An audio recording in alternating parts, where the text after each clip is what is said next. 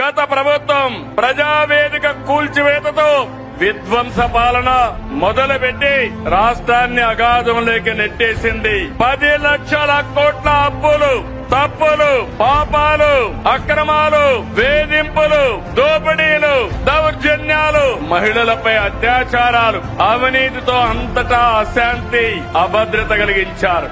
93 కేంద్ర ప్రాయోజిత పథకాల్ని నిలిపివేశారు. నిరుద్యోగం, గంజాయి, డ్రగ్గులు తెచ్చిపెట్టారు.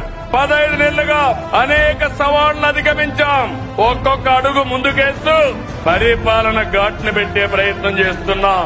నిర్వీర్యమైన వ్యవస్థల సరిదిద్ది మాట ప్రకారం అన్ని పథకాలు మారుస్తున్నాం. అందులో భాగంగానే పేద మధ్యతరగతి ప్రజల జీవితాలు మార్చి సూపర్ 6 అమలు చేశాం. అందరి సహకారంతో సూపర్ 6 పథకాల్ని సూపర్ హిట్ చేసి మాట